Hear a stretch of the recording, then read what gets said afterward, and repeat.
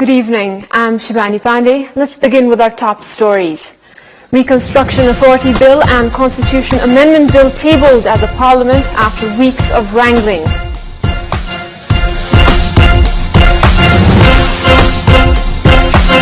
Indian ambassador to Nepal reiterates that imports from various border crossings have been obstructed due to the political problem in Nepal. U.S. Secretary of State John Kerry in Moscow to bridge gaps with Russia over the political process to end Syria's civil war. And Chatur Bahadur Chand elected as the president of the Cricket Association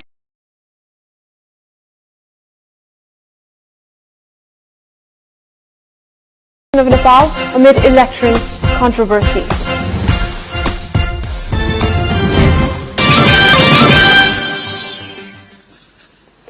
Bills on the Reconstruction Authority and the Constitutional Amendment have been tabled at the Parliament. If the Reconstruction Bill is endorsed, thousands of people who lost their homes in the recent earthquakes would be provided relief and other forms of assistance. Likewise, it would provide legal basis for the reconstruction of structures that were damaged by the earthquakes. Both bills were tabled amid sloganeering from the Samyukta Loktantrik Madhesi Morcha. Meanwhile, Law Minister Agni Kharel has tabled a proposal on holding deliberations on both the bills. While the parties and the Morcha had forged consensus on the bill relating to the Reconstruction Authority, the Samyukta Loktantrik Madhesi Morcha and the major opposition party, Nepali Congress, had failed to agree on the procedure. The Morcha had only agreed to tabling the bill on the Reconstruction Authority. It had been against the idea of presenting the Constitution Amendment Bill, asserting that it had failed to guarantee the rights to the Madhes. Meanwhile, the Nepali Congress had been pressing for both the bills to be tabled. Indian ambassador to Nepal, Ranjit Ray, reiterated his stand that imports from various border crossings have been obstructed due to the political problem in Nepal. He added that India has not violated the rights of a landlocked country. Speaking at an interaction in the capital today, Ray emphasized that the protesting parties and the government should resolve their internal matters through dialogue. Ray added that India's cooperation is necessary for Nepal's development. He further stated that the rise of anti-Indian sentiments in Nepal, provoked by some political parties for their vested interests, would be against Nepal's welfare.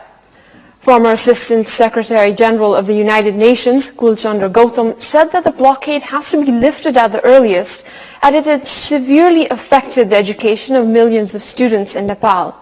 Likewise, Foreign Affairs expert Jayraj Acharya said that Nepal and India should find a solution to the ongoing crisis through talks.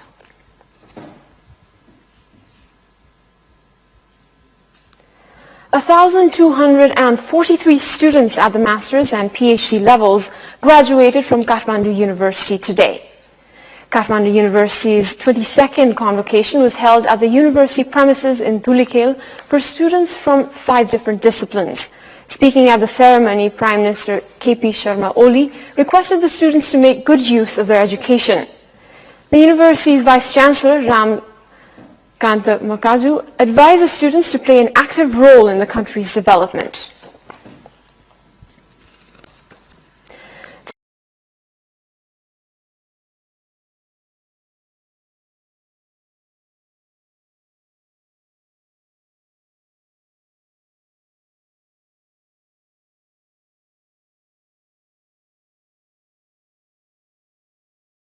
Today, we asked the new graduates from Kathmandu University about how they would utilize their education for the country's development.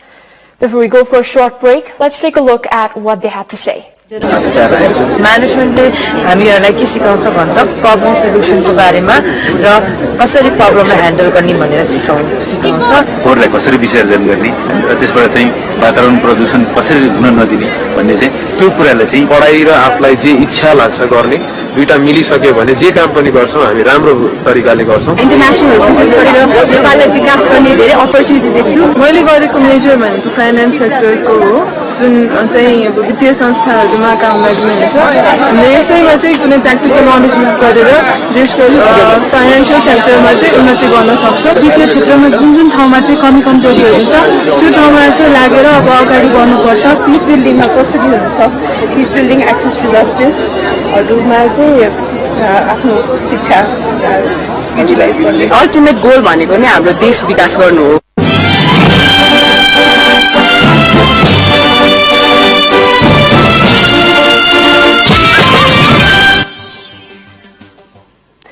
Welcome back.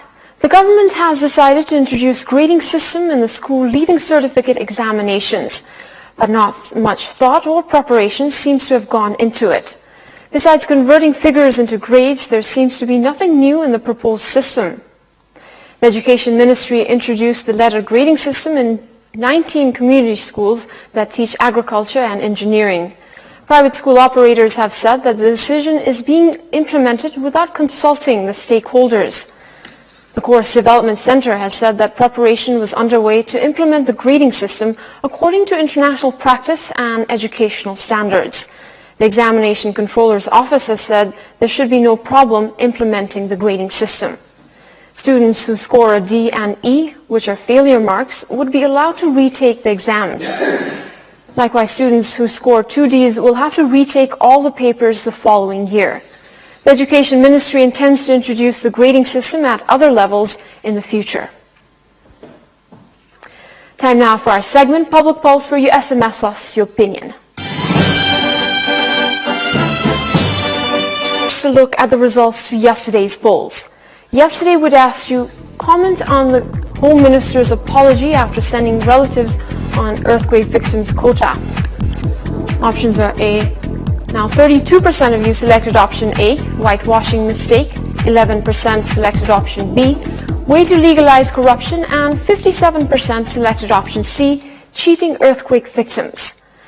Today's question is, what would you call the change in the grading system in the school leaving certificate exams? Options are A, obvious process, B, formality, and C, donor pressure.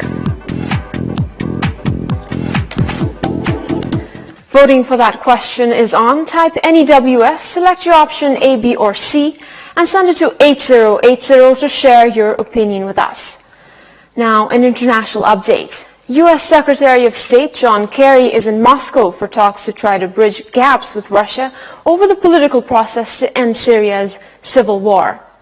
He is now in talks with Foreign Minister Sergei Lavrov and will later meet President Vladimir Putin. The U.S. and Russia have long disagreed on what role Syrian President Bashar al-Assad should play in the process. The U.S. wants Assad to stand down, but Russia says only the Syrian people can decide his fate. Russia has been carrying out airstrikes on what it says are target positions of the Islamic State, IS group in Syria. But the U.S. accuses Russia of bombing moderate rebels to shore up its ally, President Assad. Moscow denies these allegations. A U.S.-led coalition has been targeting IS militants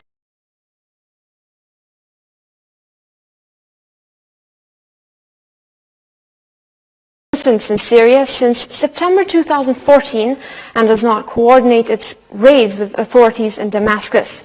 Anti-government protests developed into a civil war 4 years ago, where more than 250,000 Syrians have been killed and 1 million injured. Some 11 million others have been forced out of their homes since then. We'll take another short break here for more news. Deputy Prime Minister and Energy Minister Bahadur Raimaji has said that the management of supplies would be improved within a week's time by settling the dispute between the Energy Ministry and the Nepal Electricity Authority.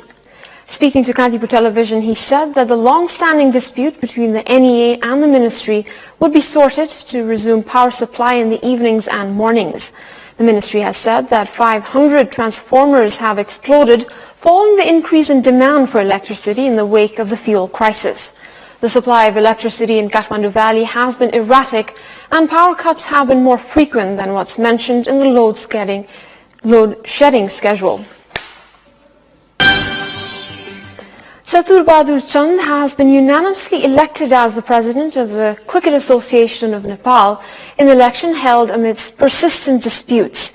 CAN's General Secretary meeting was mired in controversy yesterday following obstruction by its disgruntled office bearers. Police had to intervene to contain the situation.